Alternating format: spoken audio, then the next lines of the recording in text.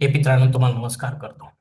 ओम श्री गणेश देवताय नमः. ओम श्री कुळदेवताय नमः. ओम श्री गुरुदेवताय नमः. ओम सर्वश्री इष्टदेवताय नमो नमः. शिवशानक मित्रांनो, मी कडप्पा परत एकदा आपल्या समोर हजर आहे. माझ्या धर्मकरम चॅनलमध्ये आपले सहर्ष स्वागत करीत आहे. मित्रांनो मित्रांनो पंचांगाचे आता आपल्या समोर सादर करीत आहे. मित्रांनो आज दिनांक 2 ऑक्टोबर 2024, शालिवान शके 1946, संवत्सर कुर्दी, आयन दक्षिण, ऋतू शरद, मास भाद्रपद, मध्यरात्री 12 वाजून 19 मिनिटानंतर अश्विन मासाला सुरुवात होईल आणि कृष्ण पक्ष आहे आजचा पक्ष. तेव्हा मध्यरात्री 12 वाजून 19 मिनिटानंतर शुक्ल पक्षाला सुरुवात होईल.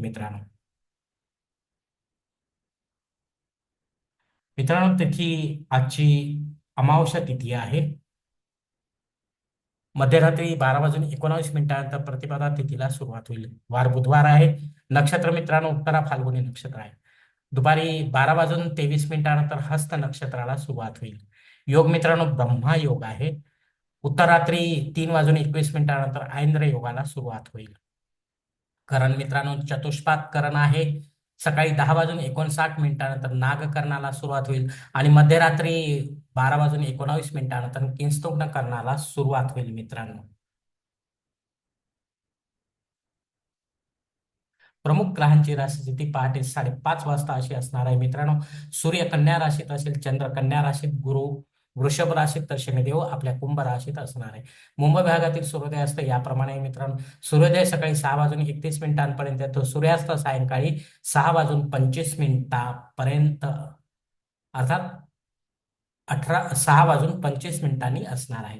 या पंचांगाच्या आधारे मित्रांनो आपण आजच्या पूजेसाठी संकल्प सोडणार आहोत. तेव्हा आपण आपल्या उजव्या हाताच्या तळहातावर एक पळी पाणी, थोडे अक्षत व एक फुल वा फुलाची पाकळी घ्या आणि हा संकल्प म्हणायला सुरुवात करा. मित्रांनो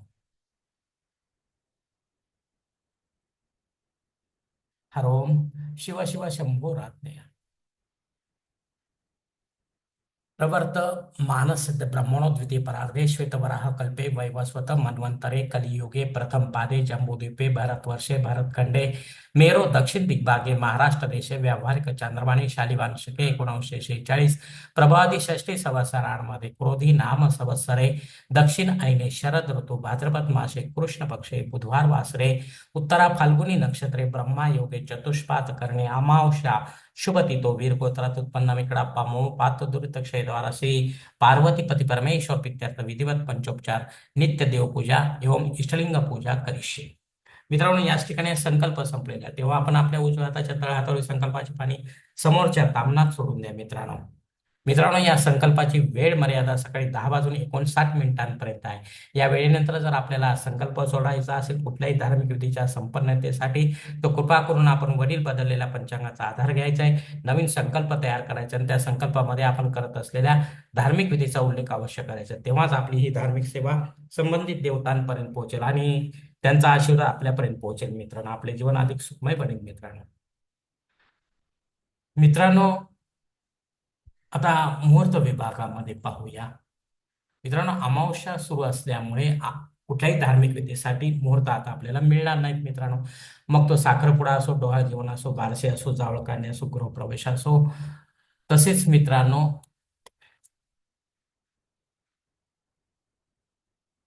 उपनयन असो, विवाह असो, वास्तू शांती असो, भूमिपूजन तथा पायाभरणी असो, देवमूर्तीची प्राणप्रतिष्ठा करणं असो, तेव्हा अशा वेळी मित्रांनो आपण स्वतःहून किंवा पंडिताच्या माध्यमातून नव्याने काही मुहूर्त निर्माण करण्याचा प्रयत्न करू नका. आणि मुहूर्त काढलाच आपण तर आणि आपली विधी पण आपण संपन्न केली तरी त्याचा आपल्याला फायदा काहीच मिळणार नाही. मित्रांनो कारण काढलेला मुहूर्त नसल्यामुळे आपल्याला त्याचा फायदा शून्य राहणार आहे. आपला वेळ, अमूल्य वेळ आणि पैसा व्यर्थ जाईल. मित्रांनो आता आपण पंचांगातील इतर काही महत्वाची जी माहिती आहे ती आता पाहूया. पंचांग शुद्धी मित्रांनो वर्ज्य दिवस आहे. दिवस चांगला नाही अमावस्या असल्यामुळे.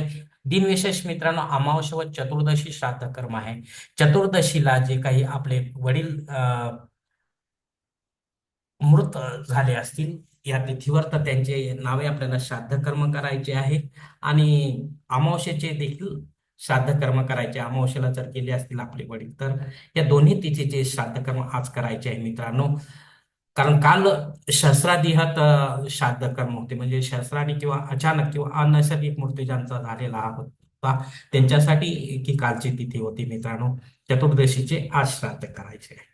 तसेच मित्रांनो सर्व पितरी दर्श अमावस्या आहे, म्हणजे सर्व पितरांना आपल्याला हे श्राद्ध कर्म घालायचंय. महालय त्याला आपण म्हणतो. या आपल्याशी संबंधित हे असे सर्व नाते संबंध जे काही आहेत आपल्या अं, वर उपकार करणारे जे काही आहेत, मग ते गुरुजन असो किंवा मित्र असो कोणी असो, त्यांच्या ते जर मूर्त असतील तर त्यांच्या नावे आपल्याला हे श्राद्धकर्म करणे गरजेचं आहे मित्रांनो.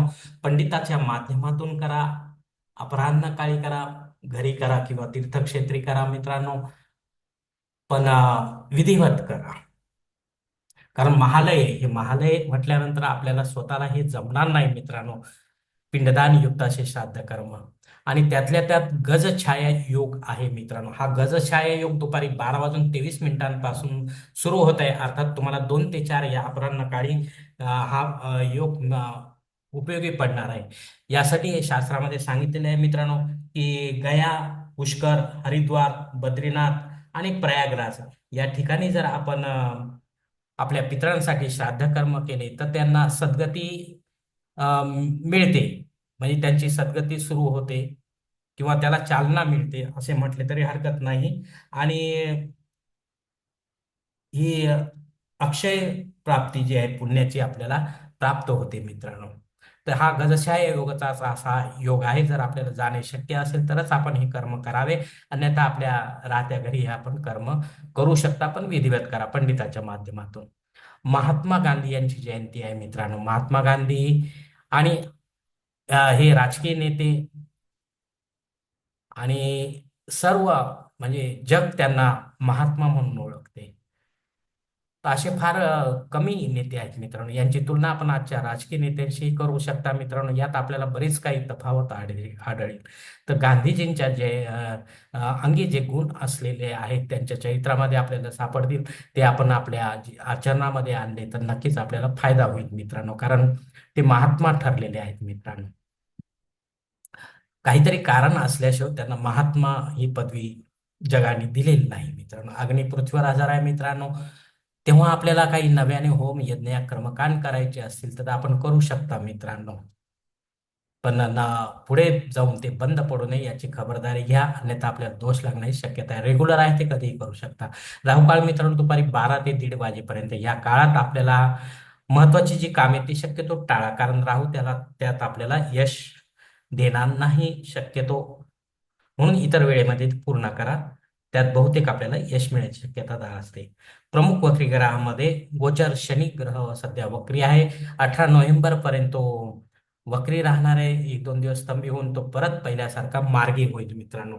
आणि हा गोचर शनी कसा फळ देईल तर जसा आपल्याला आहे, शुभ असेल तर शुभ, अशुभ असेल तर अशुभ फळ देण्याची शक्यता असते मित्रांनो. हे लक्षात घ्या मित्रांनो. धन्यवाद मित्रांनो. आजचा हा पंचांगासंबंधीचा व्हिडिओ मी याच ठिकाणी संपत आहे. आपण जर माझ्या मताशी सहमत असाल तर कृपया माझे धर्म करम चॅनल सबस्क्राईब करा, लाईक करा, आपले कुटुंब व मित्र परिवारासह शेअर करा. तसेच कॉमेंट्स बॉक्समध्ये आपले मत अवश्य नोंदवा आणि माझा पुढील व्हिडिओ आपल्यापर्यंत पोहोचण्यासाठी बेल बटन अवश्य दाबा. धन्यवाद मित्रांनो. पुढील भेटीपर्यंत आपण खुश राहा, आनंदी राहा, प्रसन्न राहा. शिवकल्याणम. हरिओम शिवा महादेवा.